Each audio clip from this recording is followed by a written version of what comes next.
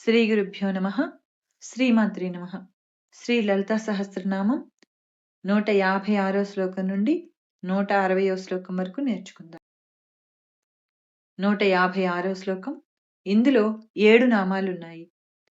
ప్రాణేశ్వరి, ప్రాణేశ్వరి, ప్రాణేశ్వరి, ప్రాణేశ్వరి, ప్రాణదాత్రి, ప్రాణదాత్రి, ప్రాణదాత్రి, ప్రాణదాత్రి, పంచాశత్పీఠరూపిణి, పంచాశత్పీఠరూపిణి, పంచాశత్పీఠరూపిణి, పంచాశత్పీఠరూపిణి, విశృంఖలా, విశృంఖలా, విశృంఖలా, విశృంఖలా, వివిక్తస్థా, వివిక్తస్థా, వీరమాత, వీరమాత, వీరమాత, వీరమాత, వియత్ప్రసూ, వియత్ప్రసూ, వియత్ప్రసూ, వియత్ప్రసూ, ప్రాణేశ్వరి, ప్రాణదాత్రి, పంచాశత్పీఠరూపిణి, విశృంఖలా, వివిక్తస్థా, వీరమాత, వియత్ప్రసూ. ప్రాణేశ్వరి, ప్రాణదాత్రి, పంచాశత్పీఠరూపిణి, విశృంఖలా, వివిక్తస్థా, వీరమాత, వియత్ప్రసూ. 157వ శ్లోకం.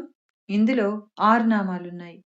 ముకుంద, ముకుంద, ముకుంద, ముకుంద, ముక్తి నిలయ, ముక్తి నిలయ, ముక్తి నిలయ, ముక్తి నిలయ, మూల విగ్రహరూపిణి, మూల విగ్రహరూపిణి, మూల విగ్రహరూపిణి, మూల విగ్రహరూపిణి, భావజ్ఞ, భావజ్ఞ, భావజ్ఞ, భావజ్ఞ, భవరోగగ్ని, భవరోగగ్ని, భవరోగగ్ని, భవరోగగ్ని, భవచక్రప్రవర్తిని, భవచక్రప్రవర్తిని, భవచక్రప్రవర్తిని, భవచక్రప్రవర్తిని, ముకుంద, ముక్తి నిలయ, మూల విగ్రహరూపిణి, భావజ్ఞ, భవరోగగ్ని, భవచక్రప్రవర్తిని. ముకుంద, ముక్తి నిలయ, మూల విగ్రహరూపిణి, భావజ్ఞ, భవరోగగ్ని, భవచక్రప్రవర్తిని. 158వ శ్లోకం. ఇందులో 7 నామాలున్నాయి.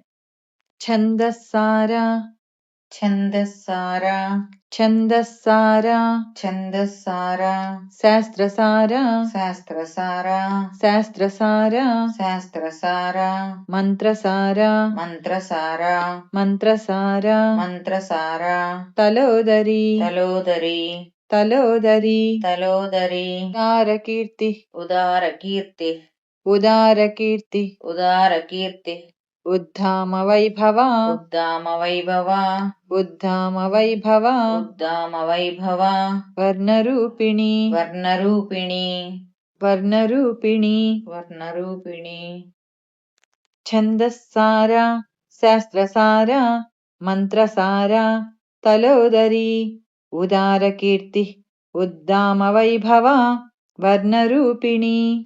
ఛందస్సార, శాస్త్రసార, మంత్రసార, తలోదరి, ఉదారకీర్తి, ఉద్దామ వైభవ, వర్ణరూపిణి.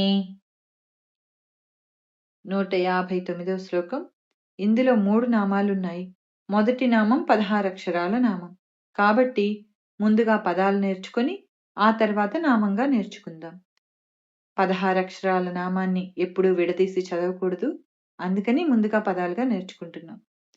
జన్మ మృత్యు, జన్మ మృత్యు, జన్మ మృత్యు, జన్మ మృత్యు, జరాతప్త, జరాతప్త, జరాతప్త, జరాతప్త, జన విశ్రాంతి, జన విశ్రాంతి, దాయిని, దాయిని, జన విశ్రాంతి దాయిని, జన విశ్రాంతి దాయిని, జన్మ మృత్యు జరాతప్త, జన్మ మృత్యు జరాతప్త, జన విశ్రాంతి దాయిని. జన విశ్రాంతి దాయిని.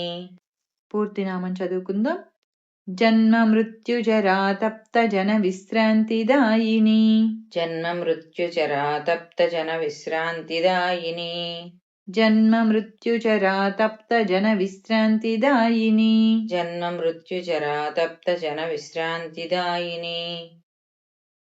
తర్వాత నామం సర్వోపనిషదుద్ఘుష్ట సర్వోపనిషదుద్ఘుష్ట సర్వోపనిషదుద్ఘుష్ట సర్వోపనిషదుద్ఘుష్ట సర్వోపనిషదుద్ఘుష్ట సర్వోపనిషదుద్ఘుష్ట శాంత్యతీతకళాత్మికా శాంత్యతీతకళాత్మికా శాంత్యతీతకళాత్మికా శాంత్యతీతకళాత్మికా శాంత్యతీతకళాత్మికా శాంత్యతీతకళాత్మికా జన్మమృత్యుజరా తప్తజన విశ్రాంతిదాయిని సర్వోపనిషదుద్ఘుష్ట శాంత్యతీతకళాత్మికా జన్మమృత్యుజరా తప్తజన విశ్రాంతిదాయిని సర్వోపనిషదుద్ఘుష్ట శాంత్యతీతకళాత్మికా 160వ శ్లోకం. ఇందులో 8 నామాలున్నాయి. గంభీర గంభీర గంభీర గంభీర గగనాంతస్థ గగనాంతస్థ గగనాంతస్థ గగనాంతస్థ గర్విత గర్విత గర్విత గర్విత గానలోలుప గానలోలుప గానలోలుప గానలోలుప కల్పనారహిత కల్పనారహిత కల్పనారహిత కల్పనారహిత కాష్ట కాష్ట కాష్ట కాష్ట కాంత కాంత కాంత కాంత కాంతార్థ విగ్రహ కాంతార్థ విగ్రహ కాంతార్థ విగ్రహ కాంతార్థ విగ్రహ గంభీర గగనాంతస్థ గర్విత గానలోలుప కల్పనారహిత కాష్ట కాంత కాంతార్థ విగ్రహ గంభీర గగనాంతస్థ గర్విత గానలోలుప కల్పనారహిత కాష్ట కాంత కాంతార్థ విగ్రహ